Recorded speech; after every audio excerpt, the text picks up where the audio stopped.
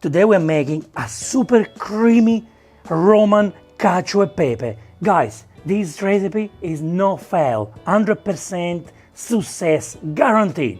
I promise you, this is the only way you want to make cacio e pepe from now on. It's easy and it's fantastic. Guarda, guarda, guarda, guarda, guarda, guarda, guarda. Look at this. Hi.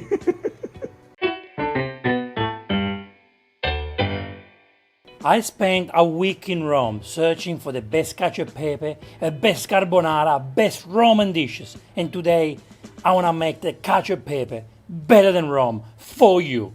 What I've learned in Rome, I will share with you today. Let's do the creamy test. Let's do the creamy test.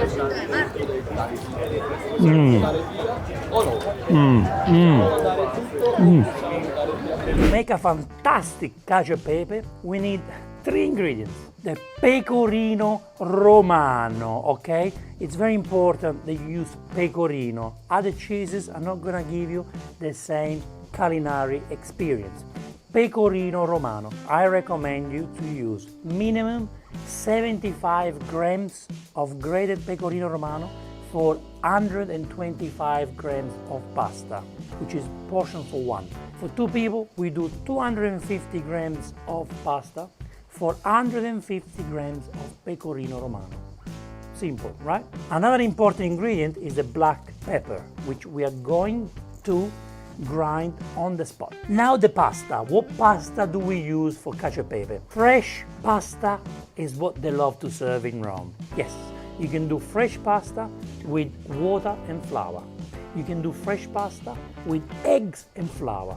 Or you can do fresh pasta with eggs and semolina. In Rome, they like to use a pasta called tagliolini cacio e pepe.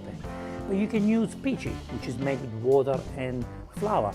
Or you can use, in my opinion, the dry pasta. Now, not everyone can use fresh pasta, or because you don't want to make it, or because you can't find it. But what you can do, you can get Spaghettone quadrato, which is a thick, dry spaghetti made with water and semolina. This is you buy from the shop, already done. Or a type of pasta we're using today, it's a very thick spaghetto. It's very close to bucatini, but it doesn't have the oil in there, okay? So it's a nice, thick, round spaghetto. And the reason why we want the thicker spaghetto is because it needs to absorb the sauce, okay? Why is cacio e pepe made with fresh pasta? Because the fresh pasta absorbs all that beautiful cheese sauce, okay? That's why in Rome they like to use fresh pasta for cacio e pepe. This is the closest that it gets to the tagliolini, okay? So we're gonna use nice thick spaghetti. Now guys, this pasta, it's an artisan pasta, takes 13 minutes to cook. Always follow the instruction on the packet, okay? So the first thing we're gonna do here is boil the pasta. Here we go. So we get 1 tablespoon of sea salt in boiling water.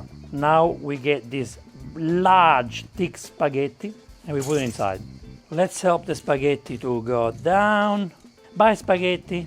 See you in about 11 minutes. Okay, so what's gonna happen now? The packet is telling me the spaghetti need 13 minutes to cook. So we're gonna take them out 2 minutes earlier. So at 11 minutes, we take them out. Today I'm using an aluminum. Well, let's toss the black pepper and put as much as you can, please. Cacio e pepe means cheese and pepper. So you do want to taste, you do want to see the pepper.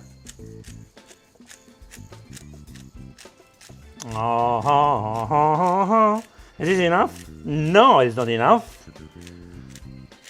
Here we go. I think that's enough for now. This is the pecorino cheese, guys. Okay, the pecorino cheese. I do want to add some black pepper in the pecorino. Look how beautiful.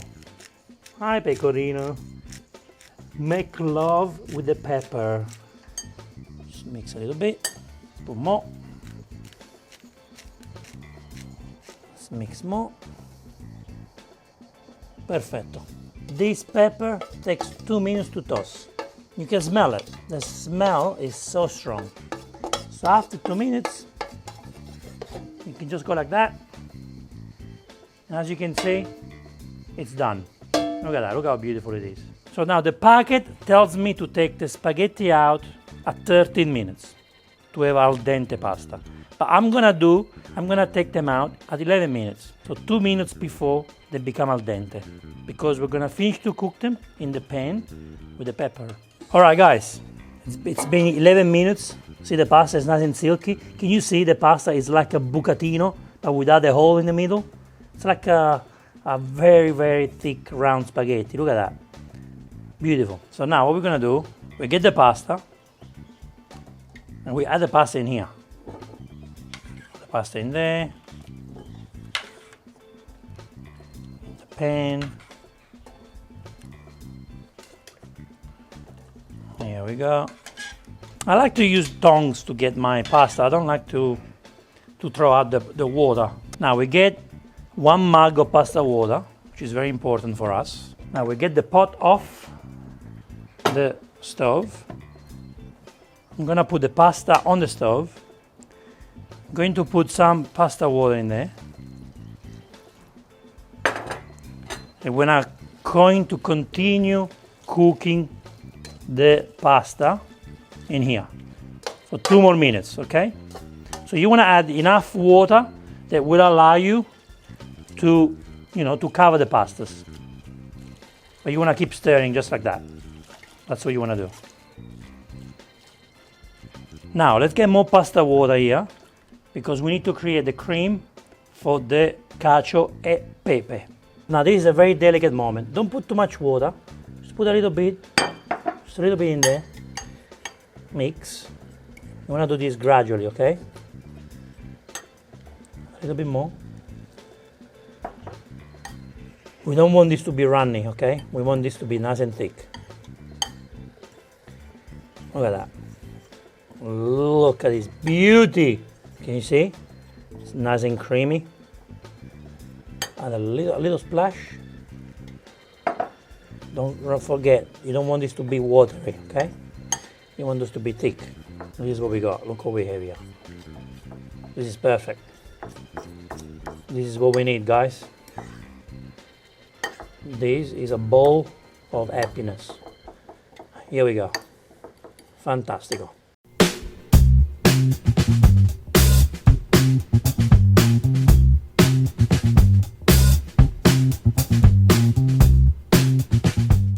Alright guys, see, you always need to stir this and see there is not much water left in there. It's all been absorbed by the pasta. Now let's try to make sure the pasta is cooked al dente. It's already creamy. Beautiful. Now let's toss a little bit. Do we have any? We have a little bit of water here. Can you see? Can you see a little bit of cream there? A little bit of water. Just want you to see it. This should be enough to give us the creamy cacio e pepe. Just enough. But we might need more. We'll see how we go. But see all this liquid?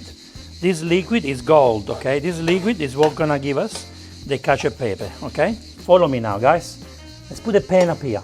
Now the steam is gonna help us to keep this nice and warm, okay? The steam is gonna help us to create the cream that we want to get. Now, we're ready to go. I'm gonna add the cream in there. Here's the pecorino. And this is the moment we all have been waiting for.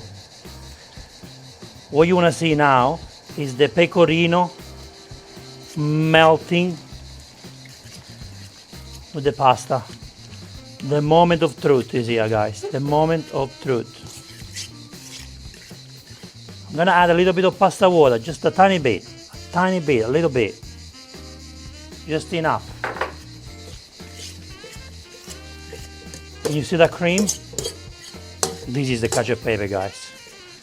This is a cacio e pepe. Now let's try and toss it. See, I can't toss it, which means we need a little bit more water to make it a little bit creamier. Let's toss it now. Ah, bellissimo. See, now I keep doing this on the steam, so the steam helps to melt the cheese. This tossing technique, it's so important. Look how creamy this is. This is how you go, this is how you make a fantastic, perfect cacio e pepe. You can't go wrong with this. You can't go wrong with this, baby. You cannot go wrong with this. This is perfection, look. Bellissimo. Guys, we have one thing left to do to serve this amazing creamy cacio e pepe. With extra pepper, please, and extra pecorino.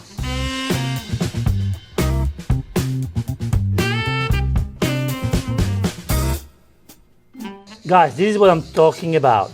This is the cream I'm talking about. Look at that. Look at that. Look at that cheese. Look. Come on, let's serve this beauty. Guys, I'm gonna try and impress you with this cacio e pepe, okay? Let's get the tweezers. You don't have to do this. I wanna impress you. And here we go. Bellissima e cremosissima. Beautiful cremina. The cremina that the cacio e pepe deserves. Oh, look at that.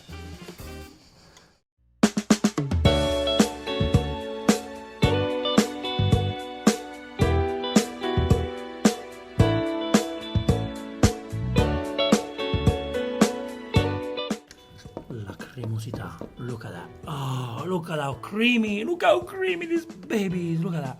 Cacio e pepe must be served straight away. There is no time for photos, for Instagram. You have to serve, it needs to be nice and warm. We've been taking photos and videos of this dish, so it's a little bit cold, but it's still creamy.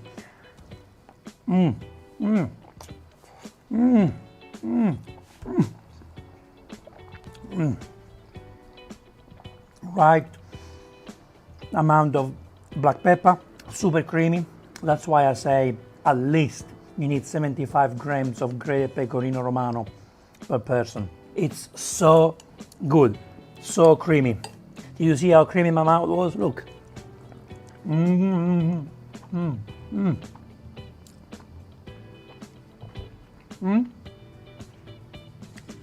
you see? This is the proof that this pasta turned out fantastic. Can I open a restaurant in Rome? I can. Can you? Yes, you can. Follow this recipe because you're not gonna make any mistakes. The cacio e pepe, done in your own kitchen. Guys, thank you so much for watching this episode. I need to eat, so I will see you in the next Vincenzo's Plate video recipe. E ora si mangia. Vincenzo's Plate. And please write a comment below and say thank you for showing me how to make a no-fail, easy cacio e pepe.